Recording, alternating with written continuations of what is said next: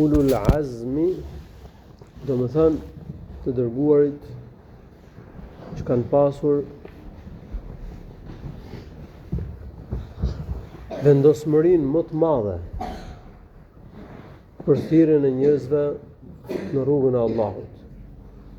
Durimin më të madh ndaj vujtjeve kur kanë thirrë njerëzit në rrugën e Allahut. Qëndrueshmërinë më të madhe në fenë e Zotit, thirrjen e njerëzve në fenë e Allahut, në përballje me kundërshtarët e Allahut, me kundërshtarët e Islamit. Po cilët janë këta 5 të dërguar? Janë Nuhu, Ibrahimi, Musai, Isai dhe i dërguar i fundit Muhamedi sallallahu alaihi wasallam. Paqja, lavdrimet dhe bekimet e Allahut të lartësuar qofshin për ta. Pra në 2 vende i ka përmendur Allahu i lartësuar këta të dërguar. Ka përmendur në fjalën e tij në surën Ash-Shura, ajeti që ne në fakt po e shpjegojmë. Shara alaykum min ad-din ma wassa bihi Nuhan walladhi awhayna ilayk. Allahu i lartësuar u ka caktuar si fe atë për cilën porositi Nuhun. Atë fe që ta shpalli ty dhe për cilën porositi Ibrahimin, Musain dhe Isain. An aqimu ad-din wa la tatafarraqu fihi. Që ti përmbaheni fesë së drejtë. Ti përmbaheni fesë, ti përmbaheni themelit fesë që është besimi, tauhidi, dhe ti ruheni shirkut. Ti përmbaheni bindjes ndaj Allahut me zbatimin e detyrave të fesë, largimit nga gjunahet. Ti përmbaheni rrugës së drejtë. Dhe të mos përçaheni në fe, mos devijoni nga feja. Kabura ala al-mushrikina ma tad'uuhum ilay. Tepër e rëndë është për idhujtarët thirrja që ti u bën në tauhid, që të adhurojnë Allahun vetëm, që bëjnë shokati, të marrin rrugën e Allahut. Allahu yajtabi ilayhi man yasha wa yahdi ilayhi man yunib. Allahu i lartësuar zgjedh për të thirrur në tauhid, për të thirrur në rrugën e tij. Ata që dëshiron. Dhe ai udhëzon në rrugën e tij ata që kthehen tek Allahu i lartësuar me bindje, me nënshtrim para tij subhanahu wa taala. Pra në këtë ajet Allahu i lartësuar ka përmendur këta 5 të dërguar. Dhe padyshim që këta janë më të zgjedhurit. Ka përmendur Nuhun, ka përmendur Muhammedin sallallahu alaihi wasallam. Nuhu është i dërguar i parë i Allahut të lartësuar tek njerëzimi. Ka përmendur Muhammedin sallallahu alaihi wasallam, ka përmendur Ibrahimin, Musain dhe Isain. Këta të dërguar përmenden bashkë dhe në një ajet tjetër në Kur'an në surën Al-Ahzab. Prandaj thash që i ka përmendur Allahu i lartësuar në 2 vende në Kur'an, të gjithë domethënë këta bashkë. Wa idh akhadhna min an-nabiyyina mithaqahum wa minka wa min Nuhin wa Ibrahima wa Musa wa Isa ibn Maryam wa akhadhna minhum mithaqan ghalidha. Kujto kur ne u morëm besën profetëve, të gjithë profetëve, të gjithë lajmtarëve të Allahut, se fjala nebi, emri nebi çfarë do të thotë? Do të thotë lajmtar, profet. Ne thotë u morëm besën të gjithë profetëve, të gjithë lajmtarëve, që të përcjellin mesazhin njerëzve, që t'i thrasin njerëzit në rrugën e Allahut. Ne ta morëm besën edhe ty, edhe Nuhut, edhe Ibrahimit, edhe Musait, edhe Isait. Dhe ne morëm prej tyre, prej profetëve, një besë të rëndë, të theksuar, që përforcuar, që ta përcjellin fenë, ta bartin amanetin, mesazhin hyjnor dhe t'i besojnë njëri tjetrit. Allahu i Lartësuar ka përmendur profetët në përgjithësi dhe ka veçuar 5, që janë Muhamedi sallallahu alaihi wasallam, Nuhu, Ibrahimi, Musai dhe Isai. Edhe profeti sallallahu alaihi wasallam në për hadithe i ka veçuar këta 5. Për shembull hadithet që flasin për ndërmjetësimin në ditën e gjykimit. Ka përmendur profeti sallallahu alaihi wasallam se njerëzit në fillim do shkojnë tek Ademi, që është babai i njerëzimit. Dhe Ademi ka qenë nebi, lajmtar, po nuk ka qenë i dërguar. I dërguar i parë është Nuhu alayhi salatu wassalam.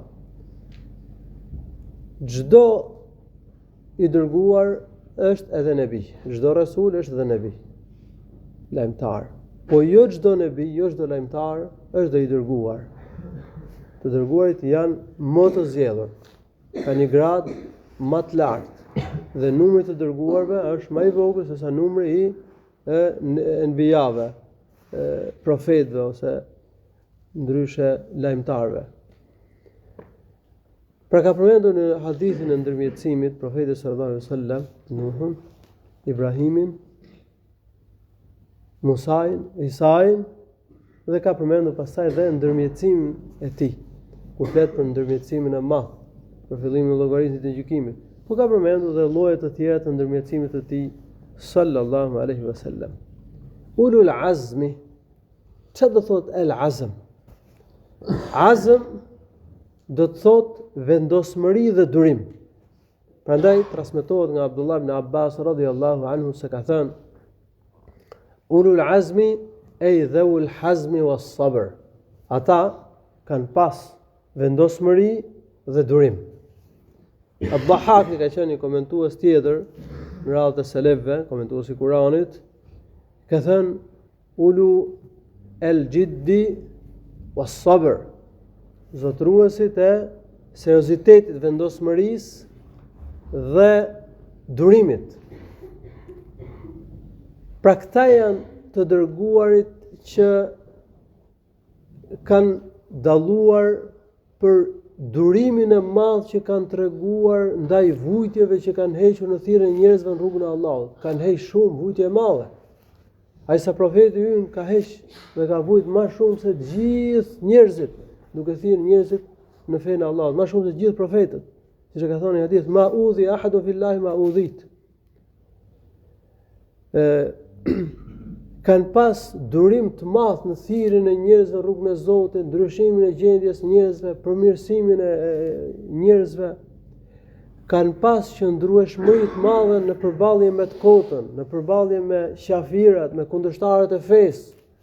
Nuk është e lehtë që njeriu të tregojë qëndrueshmëri, të tregojë vendosmëri në thirrjen e njerëzve në rrugën e Allahut të lartësuar. Të gjithë profetët kanë pas durim. Të gjithë kanë qenë vendosur. Të gjithë kanë pas qëndrueshmëri në thirrjen e njerëzve, në fenë e Zotit. Po këta kanë dalluar për durimin më të madh, vendosmërinë më të madhe. Qëndrueshmërinë më të madhe në fe dhe në thirrjen e njerëzve në rrugën e Allahut, në përballje me kundërshtarët. Prandaj Allahu i Lartësuar i ka përmendur domethënë këta 5. Allahu subhanahu wa ta'ala i ka lavdëruar këta 5. Pa dhe profeti sallallahu alaihi wasallam për hadithe. Allahu i Lartësuar thot për Nuhun alayhi salatu wassalam, thot innahu kana 'abdan shakura, vërtet ai ishte rob falëndërues për Allahun. Falënderonte Allahun për mirësitë. Ka thënë Allahu subhanahu wa ta'ala për Ibrahimin, që është babai i profetëve, është prisi i hunefave, besimtarëve të pastër. Ka thënë inna Ibrahima kana ummatan qanitan lillahi hanifan wa lam yakun minal mushrikin. Vërtet Ibrahim alayhi salatu wasalam ka qenë umma, domethënë ka qenë imam prijës në rrugën e drejtë, në besimin e pastër. Ummeten qanitan lillahi, qanitan domethënë i bindur ndaj Allahut, i përulur ndaj Allahut të lartësuar, në zbatimin e urdhrave të tij, në largimin nga gjunahet. Hanifen domethënë i pastër nga shirku, nga besimet e kota, nga devijimet fetare, përqendruar në tauhid, besimin e pastër. Walam yakun minal mushrikin, dhe ai nuk ka qenë nga idhujtarët. Për Musa'in alayhi salatu wassalam ka thënë Allahu lartësuar në Kur'an, wa kana 'inda rabbih wajiha. Ai ka pas grad lart, ai ka grad lart tek Zoti i tij. Musa alayhi salatu wassalam ka grad lart tek Allahu lartësuar. Isa'in alayhi salatu wassalam ka lavdruar Allahu lartësuar në Kur'an, po edhe profeti sallallahu alaihi wasallam në për hadithe. Ndërsa për të dërguarin ton, Allahu lartësuar thotë në Kur'an që është i madhi i të dërguarve, i madhi i njerëzimit. Profeti ynë sallallahu alaihi wasallam është më i miri i njerëzimit në këtë botë dhe në ahiret.